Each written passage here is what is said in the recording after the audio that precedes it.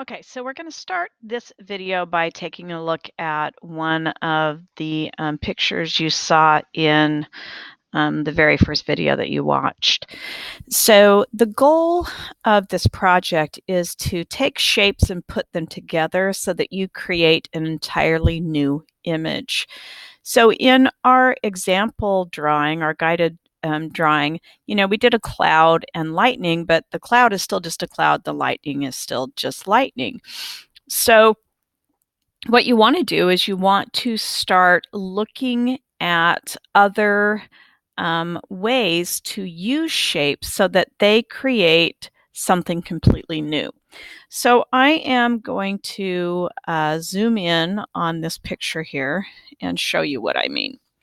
So let's get all the way over here, and we're looking here at WALL-E, and we're just going to look kind of closely at this part of his face.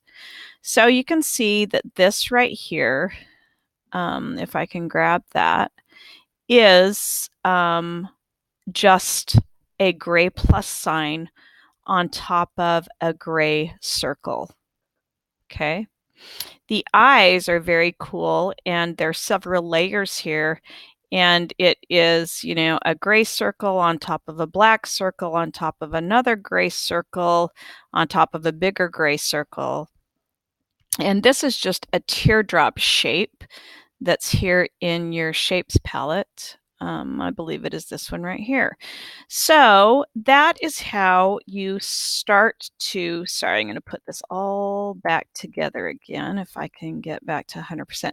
So that is how you start to put shapes together to create something else. You can also see, wow, not very good at the zooming today. So let me come back here. So you can also see that the background here, let me go back to 100%. The background here is just bars of various colors. So he's just drawn big rectangles of various colors and stacked them together. So let's put that back together. And then if we look at, whoopsie, didn't mean to do that. If we look at this part of the picture, zoom in right here, you can see that this is just a circle with a black oval over the top, and the eyes are put in there. And then these right here are just rectangles that are put over a different shape. You can't see that shape where I put it, but those are all just different shapes that are put together to create this illusion, and that's what you have to be doing for your project. So let's go here to your drawing canvas, and we are going to pretend that we're going to draw a cat. Okay, so the first thing you want to think about is, if I'm drawing a cat, what shape would I use for its head? So in my mind, I would use an oval for its head. So I'm going to draw an oval here. Go ahead and color it whatever color you want, but not black, not black. So I'm going to go with kind of like an orange kitty. Okay. Now the next thing we want to do is draw the cat's ear. So I think about, what shape would a cat's ear be? Well, I think it would be a triangle, and I think it would be this triangle right here as opposed to the right triangle. So I'm going to click on this triangle, and I'm going to draw it by the cat's head so I can kind of get the size right. And let me look at that. Yeah, that looks like about the right shape. So again, remember, when you're drawing your shapes, you are clicking and dragging so you can get them the right, shape, and you have more control over it that way. Okay, so I'm going to take this cat's ear and I'm going to rotate it. So I'm going to come up to the rotation handle, right? Click and hold down, and I'm going to turn that a bit.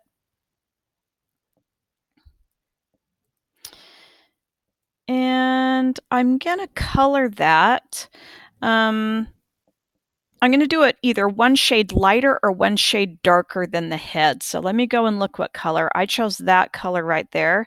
So I'm going to go to the ear and I'm going to choose one shade lighter. Okay, we're getting closer to that looking like a cat's ear. Let me adjust mine a little bit. Okay, now, do you guys remember when we were working on our cloud and our lightning and we had the cloud in back and we moved it to the front so it was in front of the lightning? Right now, I want to take this cat's ear and move it behind the head. So make sure you have selected the cat's ear. We're going to go back to Arrange, Order, and we're going to send it backward. So just like we talked about before, if I said, you know, you're in the lunch and I said, move backward, you would go just, you would back up like in back of the person behind you. But if I said, go to the back, you would go all the way to the back of the line. Okay, so right now we're just going to go send backward because I just want this shape to go behind the head. Okay. Okay, that's better. Now, one of the things that's kind of destroying the illusion of this, like right now, it just looks like an oval and a triangle. And one of the things that's messing that up for us are these outlines that we have around these shapes. So let's click on these shapes and get rid of the outlines. You'll remember you go to here, this line tool, transparent, and then the ear and transparent. Okay, that's looking better. All right, so now I want to show you another really cool thing, a tool called Duplicate. So you guys may have heard of copy and paste before, but whenever we're in our Google Apps, so Google Draw, Docs, Sheets, Slides, we can use something called Duplicate. It is a keyboard shortcut. And instead of copying and pasting, it performs the same function. So you're going to end up with a duplicate ear, but instead of copying and pasting it, we just have one action called duplicate that actually reproduces that ear for us. So go ahead and click on the ear, then hold down the control key on your keyboard and click the D key, D for duplicate, one time. And now we have this ear. Yay! All right. So we have this ear, but it's facing in the wrong direction. So one of the things that you want to be mindful of is whenever you are drawing a shape that has symmetrical pieces. Symmetrical means the same on each side. So like we have two ears, we're going to have two eyes. Instead of drawing those separately, always use duplicate.